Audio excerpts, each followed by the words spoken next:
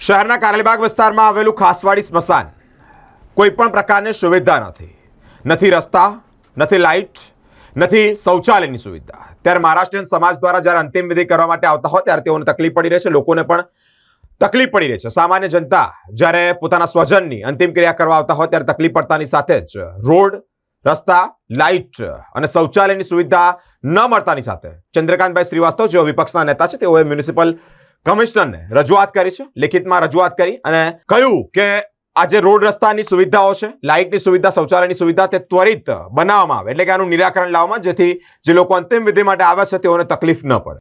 મહારાષ્ટ્રીયન સમાજનું ઋણ આ શહેર ઉપર છે। આ શહેરને ઉપર આફત પડેલી, અત્યાચાર વધી ગયેલો, ત્યારે એમની મદદ માંગેલી, ત્યારે પાણી ગેટથી થઈને સેના લઈને અહીંયા આવેલા અને આ વડોદરા શહેરની રક્ષા કરેલી। એ સમાજ જેને વડોદરા શહેરની રક્ષા કરી હોય અને ગાયકવાડી રાજની સ્થાપના કરી હોય, સર સયાજીરાવ ગાયકવાડે ખાસવાડી સ્મશાનની અંદર 10 પીણની વિધિ માટે ખાસ વ્યવસ્થા કરી હતી। 10 પીણની વિધિની અંદર માતાઓ, બહેનો સહિત લોકો જાય છે, પાણી ચડાવવાનું હોય છે। એ વિધિ તમે વારંવાર તમે કોન્ટ્રાક્ટ આપી દો છો, ત્યાં વિધિઓ બંધ થઈ જાય છે, લોકો અહીંથી થઈ દોડે છે અને આ શહેર વધી ગયું। તો બધા સ્મશાનોની અંદર મહારાષ્ટ્રીયન સમાજ માટે 10 પીણની વિધિ કરી શકે તેવી વ્યવસ્થા કરવી જોઈએ, નહીં કે એક સ્મશાનમાં, આ સ્મશાનમાં છે એને બી ભાગી નાખી છે। એટલે મારું માનવું છે કે જે સમાજનું ઋણ હોય અને જે સમાજે આ શહેરને બધું બહુ આપ્યું છે, સર સયાજીરાવ ગાર્ડની થોટ અને વિચારધારા, નાગરિકોને પાણી મળે એના માટે ગ્રેવિટીથી પાણી લાવવું વગર વીજળીએ,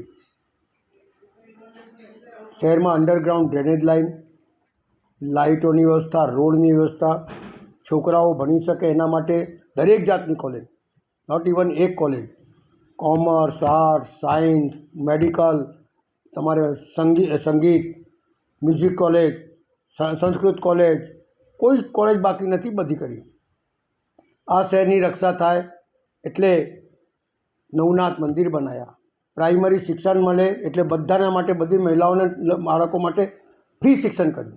જે સમાજે અને જે રાજાએ અને જેનું શાસન હતું એને આ બધું આપ્યું હોય ત્યારે એની અંતિમ વિધિ માટે બી તમે લોકો આવા ધંધા કરો છો। મારું માનવું છે કે જે સમાજે તમને કંઈ આપ્યું છે ને જેનું ઋણ છે, જેની નીચે તમે બેસો છો આજે બી, બધી બિલ્ડિંગો એમની જ છે, એમને બનાવેલી બિલ્ડિંગો આજે ચાલે છે।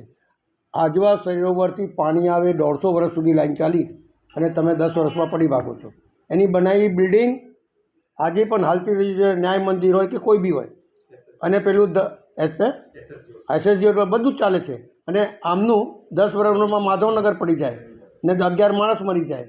તમે વિચાર કરો, જેને શહેરની અંદર પાણી ના ભરાય એના માટે સારી વ્યવસ્થા, દરેક જગ્યા પર કાંસોની વ્યવસ્થા, રૂપાલ કાંસ, ભૂકી કાંસ, મસીહા કાંસ, આ બધા કાંસો કર્યા અને એની અંદર એન્કરેજમેન્ટ આ લોકોએ કર્યું। એટલે અંતિમ વિધિના મહારાષ્ટ્રીયન સમાજ માટે જે ખાસવાડી સ્મશાન છે એની સાથે સાથે વડોદરા શહેરમાં જેટલા સ્મશાન છે એની અંદર મહારાષ્ટ્રીયન સમાજ માટે 10 પીણની વિધિ કરી શકે તેવી વ્યવસ્થા કરવા માટે મારી માંગ છે અને આ વ્યવસ્થા સારી રીતે થાય એના માટે મેં પત્ર લખી રહ્યો છું અને જલ્દીથી જલ્દી આ સમાજ માટે પણ આ 10 પીણની વ્યવસ્થા થાય એવી વ્યવસ્થા કરો।